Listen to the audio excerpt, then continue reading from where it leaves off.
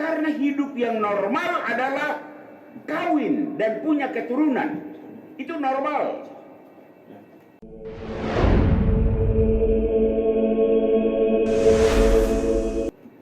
Domba-dombaku mendengarkan suaraku. Aku mengenal mereka dan mereka mengikuti aku. Bapak-bapak, ibu-ibu, saudara-saudari, dan anak-anak, baik yang ada di dalam gereja maupun yang saat ini sedang mengikuti misa ini lewat live streaming multimedia Tiga Raja. Hari ini Gereja Katolik di seluruh dunia memberikan perhatian khusus pada hari doa panggilan. Pemikiran dasar adalah ini. Allah memanggil semua orang. Kita semua. Termasuk Paulus dan Barnabas yang kita dengar dalam bacaan yang pertama. Dipanggil untuk apa? Untuk berpartisipasi dalam membangun dunia ini ke arah yang lebih baik. Tiap orang bebas untuk menjawab panggilan Allah itu. Dan jawaban manusia itu dinyatakan dengan memilih salah satu bentuk profesi atau pekerjaan. Dengan begitu kita bertemu seperti saat ini. Ada guru, ada pegawai negeri, ada suster, ada pastor, ada polisi, ada tentara, ada perawat, ada dokter, ada petugas gereja awam, dan seterusnya, dan seterusnya. Hari ini, tanpa mengesampingkan semua bentuk jawaban hidup manusia akan panggilan Allah, saya pastormu ingin meminta perhatian umat untuk jawaban sejumlah manusia, sejumlah orang atas panggilan Allah itu sebagai jubawan, jubawati, rohaniwan, rohaniwati, imam, pastor, entah dia pastor biara seperti kita punya Bapak Uskup terpilih dan pastor yang tadi baca Injil dari OFM, itu panggilan hidup membiara, atau jadi projo seperti saya, Pastor Gusti, dan Pastor Rinto.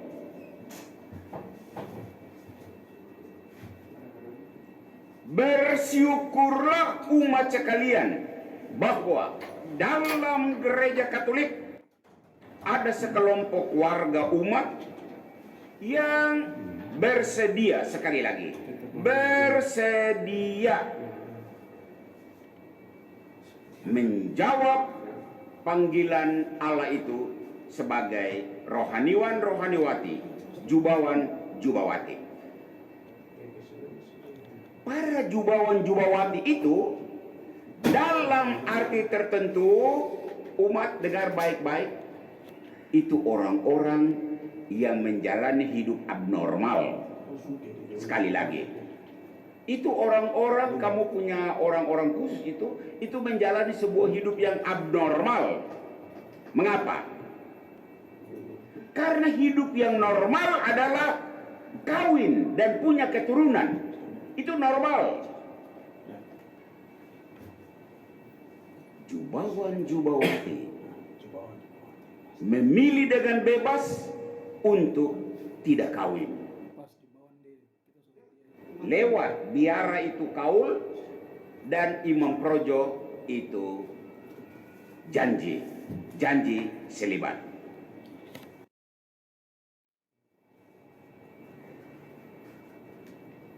Mereka dengan bebas memilih hidup tidak normal itu dengan tidak mencari pangkat duniawi. Hidup yang normal kan cari kerja, mencari pangkat, mencari posisi, mencari kedudukan. Kamu punya pastor, brother, sister, tidak mencari pangkat dan kedudukan. Hidup yang normal adalah punya harta duniawi, bila perlu sebanyak mungkin. Itu baik dan itu normal. Tapi kamu punya jubawan-jubawati ini memilih untuk tidak punya sesuatu secara pribadi. Bersyukurlah, sekali lagi, bersyukurlah bahwa gereja Katolik memiliki orang-orang seperti ini. Nah, banyak orang, khususnya yang bukan Katolik, bertanya,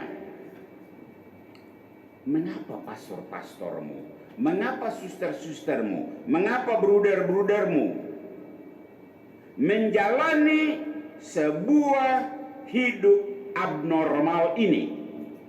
Apakah mereka orang-orang tidak normal? Apakah mereka punya kelainan mental misalnya?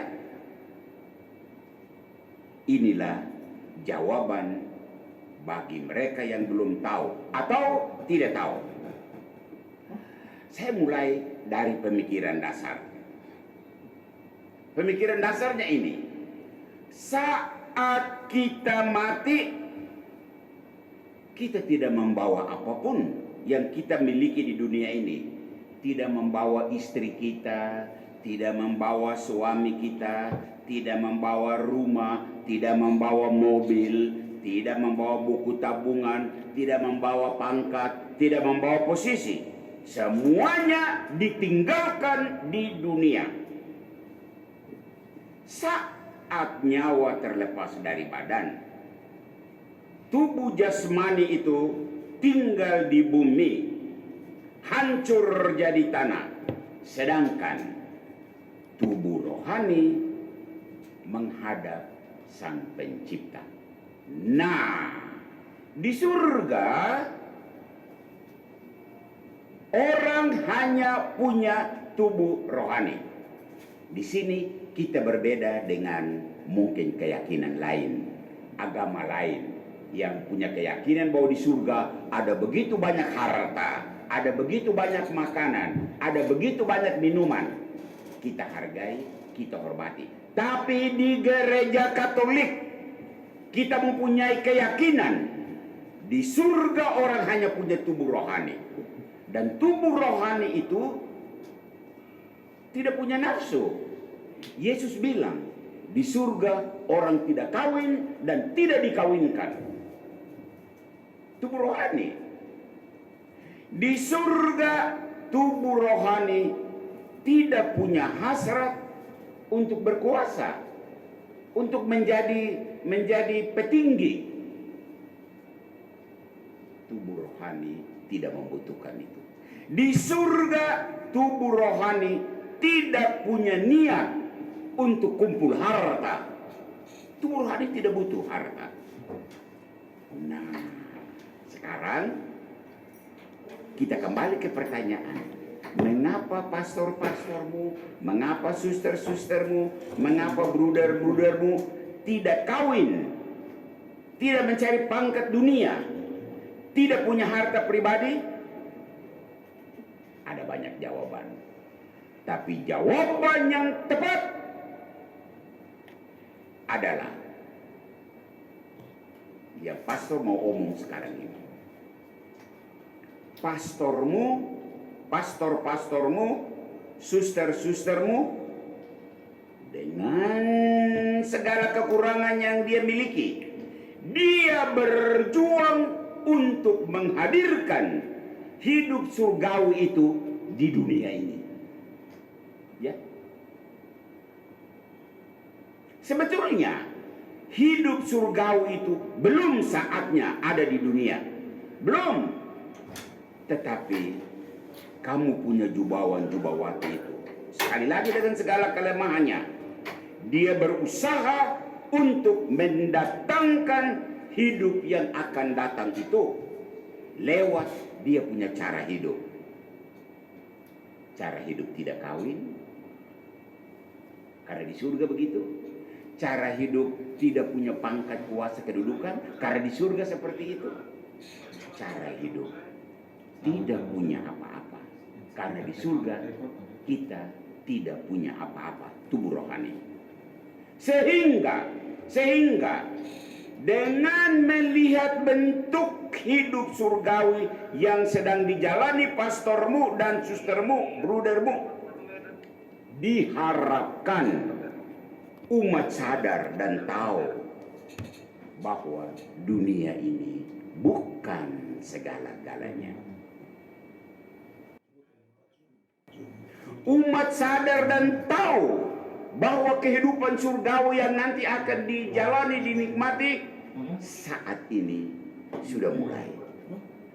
Lihat, ada sekelompok orang yang menjalaninya. Terakhir, permohonan dari Gereja Universal hari ini untuk umat Katolik. Di hari panggilan ini, permohonannya apa? Berdoalah. Berdoalah untuk pastor-pastormu, suster-sustermu, bruder-brudermu yang adalah manusia biasa. Dan karena manusia biasa, mereka punya banyak kekurangan. Mereka punya banyak kelemahan. Tapi keistimewaan mereka adalah mereka berani untuk memilih sebuah kehidupan yang abnormal. Berdoalah untuk mereka. Dan yang kedua, permintaan pastormu adalah berilah dukungan agar